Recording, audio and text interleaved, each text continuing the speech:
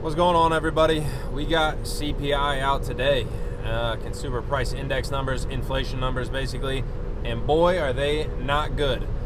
So if you've been watching the channel for a while, or we've been talking about this every month, we get the report so we can see these numbers each time. Talked about it ad nauseum at this point. I mean, like I said, it's a monthly thing, it's a monthly occurrence, but the trend is generally, I think, what's the most important thing. The numbers obviously are important, especially when I don't know, what was that, almost 2 years ago, they were real bad. We were at like 9% inflation. Of course, that was terrible. As of right now, though, the two numbers they typically report are headline and core inflation. The Fed pays more attention to core inflation for their rate cut decisions, and core is the one there's no energy, housing and energy are pulled out of them. Housing, food, and energy, I think, is pulled out of core.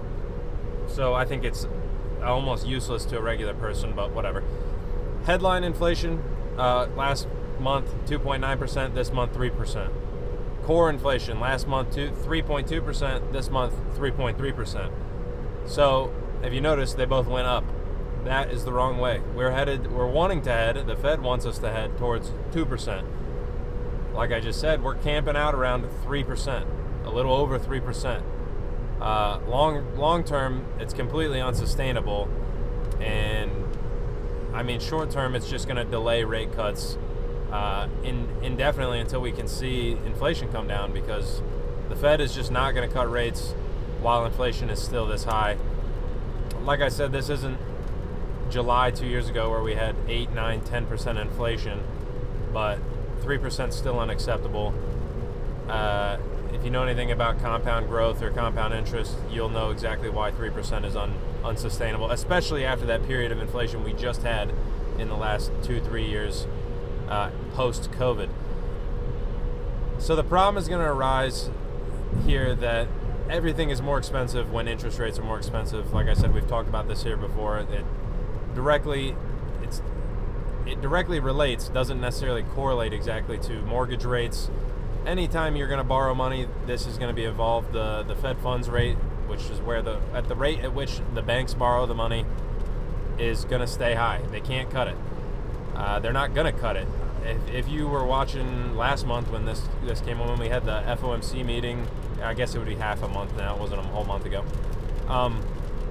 They basically said, the market was anticipating two Fed cuts in the next year in this year of 2025, one in the spring, one in the fall, and now we're pricing in the fact that they might only get one cut, if not zero cuts all next year, which means if you talk to a realtor, you bought a house anytime recently and you hear realtors and all these people saying, oh, just date the rate, buy the thing, you can refinance it later, rates are bound to come down whenever. I mildly agree that rates are bound to come down at some point, but we do not know when, and it could be a while. And as of right now, it's looking like it's probably going to be almost a year away that we're going to get another quarter point cut, barring something bad economically happening. So that's bad news for anybody trying to look at buying homes, buying cars, anything like that. If you want to do that, I don't recommend buying a car, taking a loan out on your car like that anyway, but it's a reality of life. I mean, a lot of people do it, so it's still going to impact people. Mainly the housing market. I've talked about it a lot on here. I personally am I'm on the fringes of the market, kind of just scoping it out, but everything's so expensive and rates are too high.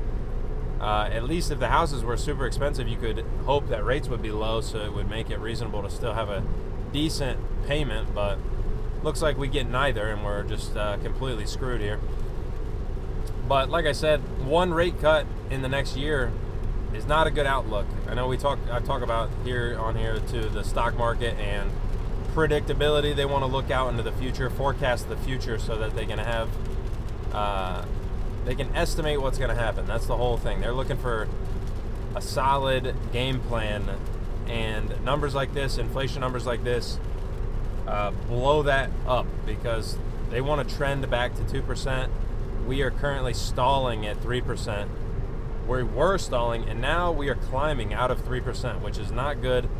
We're already talking on the political end that it's I don't know. I'm sure you've seen the egg discussions going on social media where people are, I'm sure right-wing people are arguing it's obviously Biden's fault, and there's left-wing people saying, oh, look, Trump's been in office for a couple weeks, or only a couple weeks, and egg prices are through the roof. It's like, I don't know. That kind of shit's mind-numbingly stupid, honestly. Like, obviously the president doesn't directly control egg prices. I guess if you can, you better go buy some chickens or something, because we're looking at egg prices at like, what, $7-8 a dozen or something like that. I don't know about you guys, but that's just, I mean, it's getting insane. I think I heard one of the YouTube videos I was watching today, they're talking about egg prices year over year up over 50%, which is like, obviously it's just eggs, but I mean, eggs are eggs, dude. It's good. It's a good food. I eat a lot of eggs. I don't know about you guys, but 3%, not good. Just generally, you want to wrap up the whole summary of everything. 3%, not good. 2% is really not good. I almost want to. I'm going to try to find the clip and I'll plug it in right here. Significantly less restrictive than it had been, and the economy remaining strong, we do not need to be in a hurry to adjust our policy stance. We know that reducing policy restraint too fast or too much could hinder progress on inflation. At the same time, reducing policy restraint too slowly or too little could unduly weaken economic activity and employment. In considering the extent and timing of additional adjustments to the target range for the federal funds rate, the FOMC will assess incoming data, the evolving outlook, and the balance of risks. As the economy evolves, we will adjust our policy stance in a manner that best promotes our maximum employment and price stability goals. If the economy remains strong and inflation does not continue to move sustainably toward 2%, we can maintain policy restraint for longer. If the labor market were to weaken unexpectedly or inflation were to fall more quickly than anticipated, we can ease policy accordingly. We are attentive to the risks on both sides of our dual mandate, and policy is well positioned to deal with the risks and uncertainties that we face. Too many of our constituents are still facing high prices and economic uncertainty. We need to do everything that we can to address this anxiety and the realities that Americans are facing. And there seems to be a disconnect.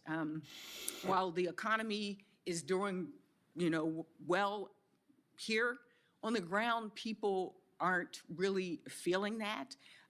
So, Mr. Powell, can you talk about, from your perspective, just what is driving this disconnect between traditional economic indicators, such as GDP growth and the stock market performance, and the tangible benefits for families?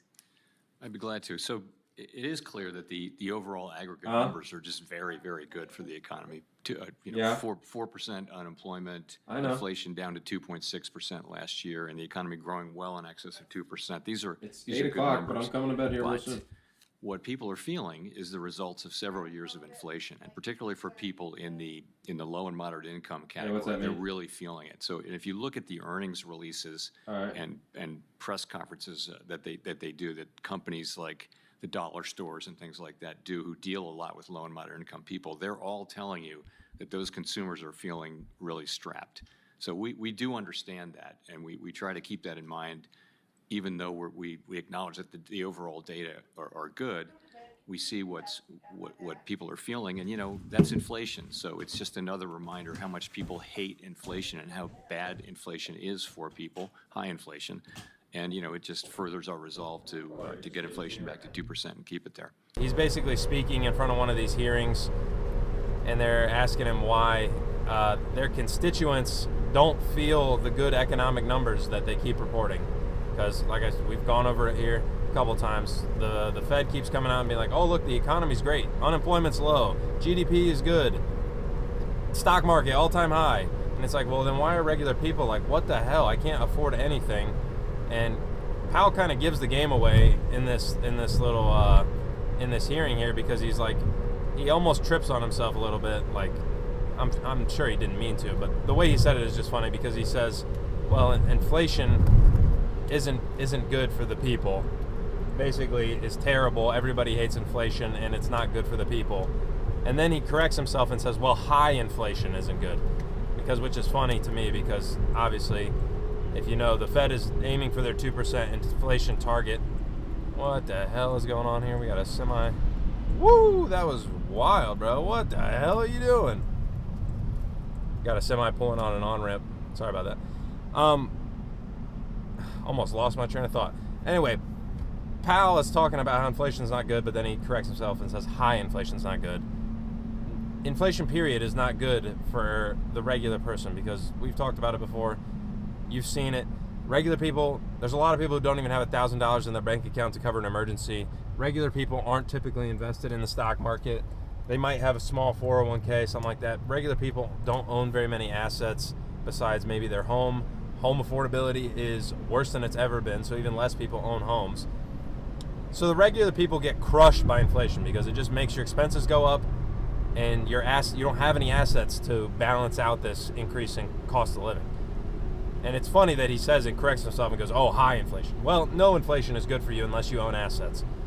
I hope anybody who's watching this, you're in a position that you have assets and you can try to outpace inflation by investing and owning a home and all these things. That's all good stuff, but there's plenty of people in this world that can't.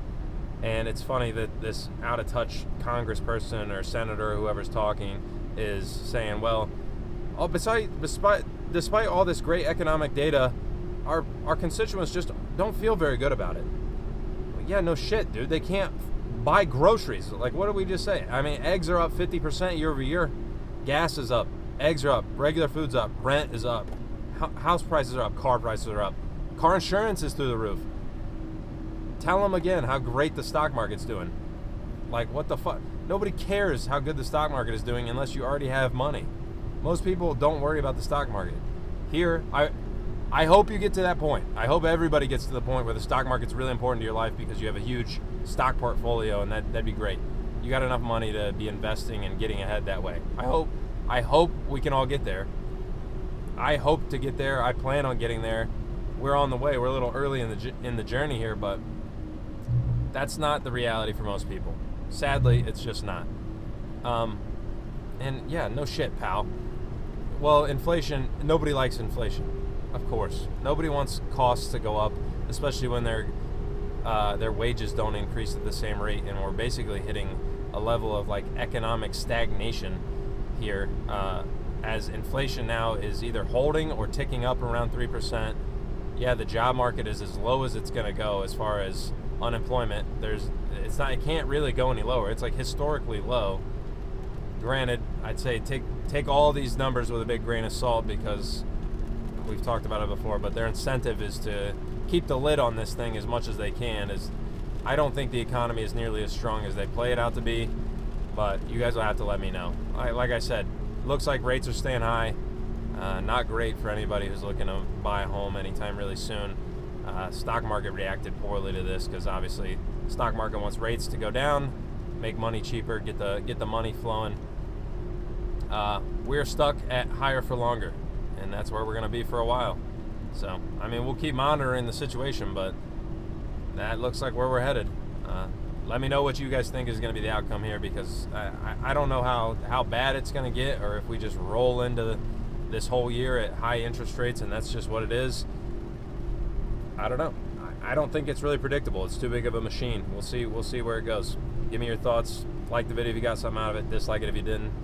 And I'll talk to you guys tomorrow.